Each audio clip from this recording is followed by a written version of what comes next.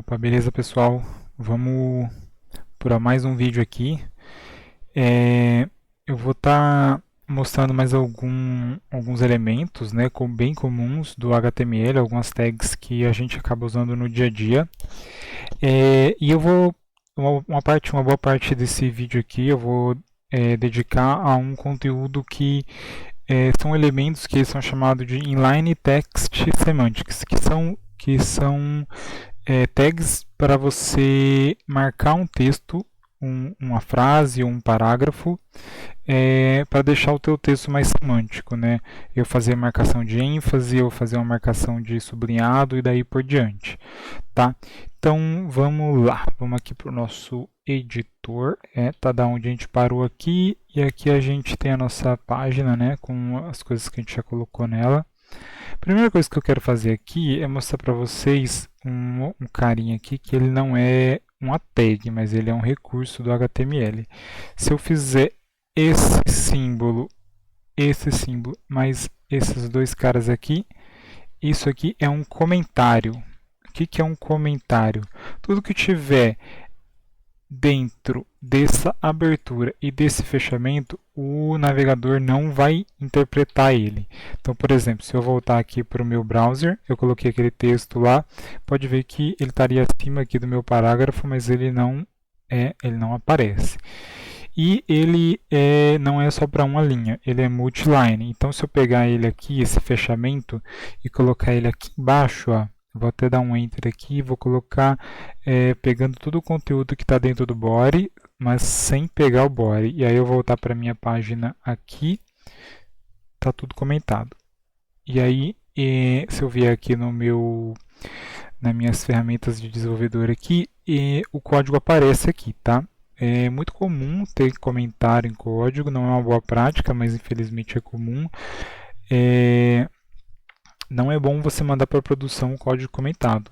Se ele está comentado, quer dizer que ele não é útil, né? Então vamos lá, vamos começar aqui. Vou colocar aqui logo abaixo, né? O que é a primeira coisa que eu quero mostrar para vocês? O elemento button. Clique aqui. O botão, diferente do que a gente acaba sempre vendo, ele tem um estilo próprio, né? Geralmente essa aparência aqui vai diferenciar baseado no seu SEO, mas ele tem um estilo próprio. Aquela tag é o tag button, ele tem bastante atributos, vários atributos que dão comportamentos diferentes, mas a gente não está vendo isso agora, está vendo só a tag, é a tag button, tá? Existe um outro recurso, uma outra tag, que é a quebra de linha. Eu vou fazer um P aqui de parágrafo, eu vou escrever aqui, texto com quebra de linha. E eu não vou colocar nada, mas eu vou dar um Enter aqui, logo após o D, entre o D e o linha. Como eu coloquei dentro de um P, o que vai acontecer? A minha tag vai interpretar isso como um texto único, né? Ele não vai quebrar a linha. O navegador não interpreta aquele cara lá como uma quebra de linha. Se eu quiser quebrar a linha dentro do meu texto, eu tenho que usar este cara aqui, que é o BR. O BR vai forçar a quebra de linha. Tá vendo? Tudo isso aqui é o P. Se você colocar o mouse aqui em cima aqui, tá vendo aqui o P? Tudo isso aqui é o P, né? E aí ele tem o texto, a quebra de linha e o texto, tá? Então é bem comum usar isso, às vezes é interessante que o teu layout tenha as quebras, né? Mas não é muito incomum a gente ver o pessoal usar o BR para forçar a quebra de linha ali. Tá, agora a gente vai ver um cara aqui que são uma série de elementos. Ah, não, estou esquecendo aqui, tem um carinha antes aqui.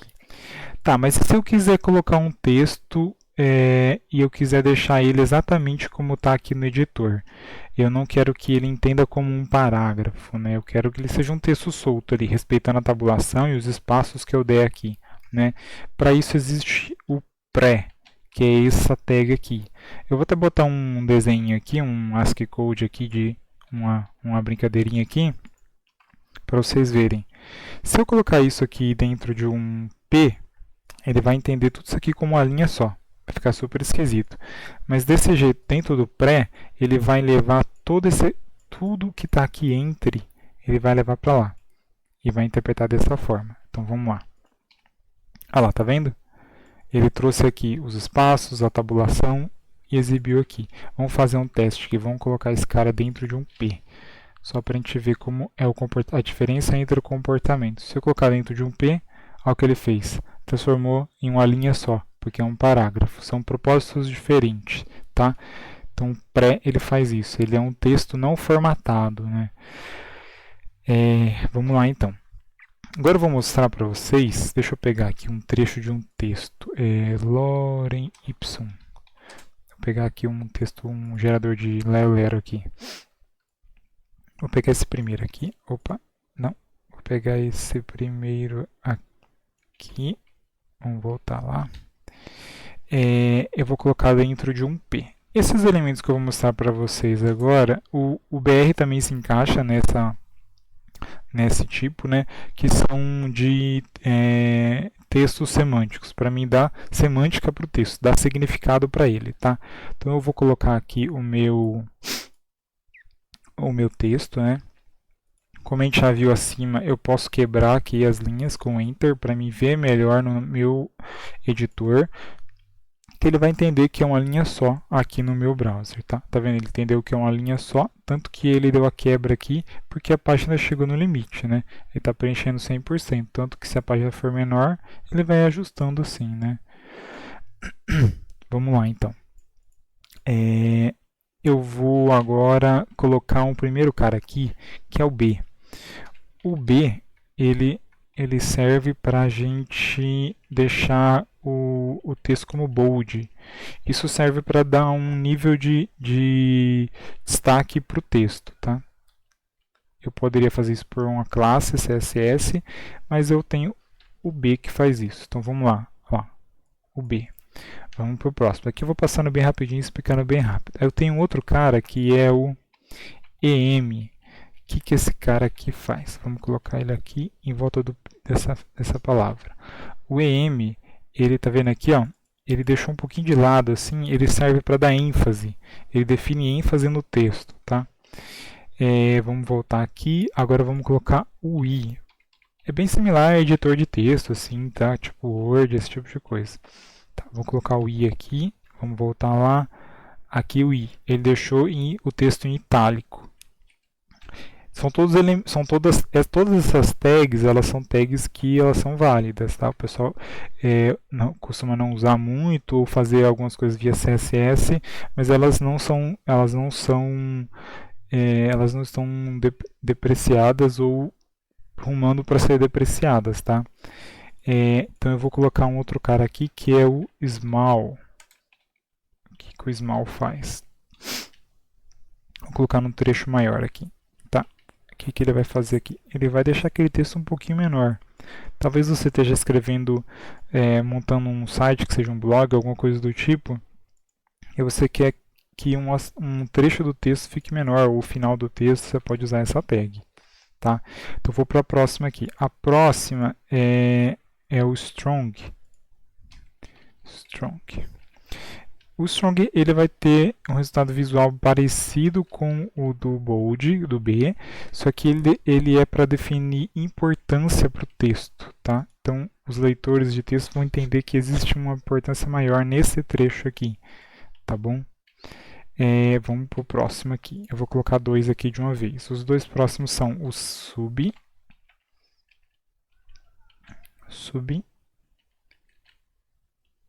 e o sup. Com P no final, com B no final e com P de pato no final. Então vou botar aqui. O que cada um desses caras fazem? Pode ver aqui, ó. Ele coloca um pouco abaixo o texto, ele fica menor e abaixo, e o outro fica acima e um pouco menor também o texto, tá? Vamos para o próximo aqui, que é o deixa eu ver aqui, é o INS.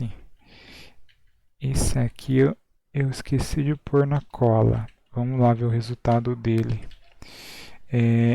Tá. Ele põe um sublinhado embaixo, tá? Ele põe um sublinhado embaixo aqui. Então, se a gente olhar no nosso aqui na nossa árvore de elementos aqui que o navegador interpretou, eu tenho todos esses caras aqui, ó, lá. E cada um tem o seu estilo próprio. Por exemplo, o INS tem aqui o Text Decoration Underline. Tem outros tipos de Text Decoration, mas ele já aplica isso automaticamente pela tag, tá? Então vamos aqui no próximo, vamos colocar aqui o del, D-E-L. Eu vou pegar um trecho aqui maior aqui de texto, vamos lá ver como é que fica. Ele faz aqui um risco no meio, ele passa um risco transversal no meio do texto ali, tá? É como se aquele texto tivesse sido editado, mas ele não vai ser removido, mas é como se ele não pertencesse mais àquele trecho do texto, tá? Então vamos para o próximo aqui, é o mark. Vou colocar aqui nesse trecho aqui. O que ele faz? Como se ele tivesse feito uma seleção, assim, um marca-texto, tá? Ele também tem o que ele define aqui? O cor de fundo e o cor da palavra, tá? Vamos lá. O próximo aqui é um outro cara que ele serve para mim colocar um texto no meio do meu parágrafo, mas eu estou dizendo que ele é uma data, que é o time. Eu copiei aqui, já colei aqui, tá? Que é o time. Esse cara ele é muito usado em artigo, post de blog, porque aí o navegador, o Google entende quando foi publicado aquilo, tá?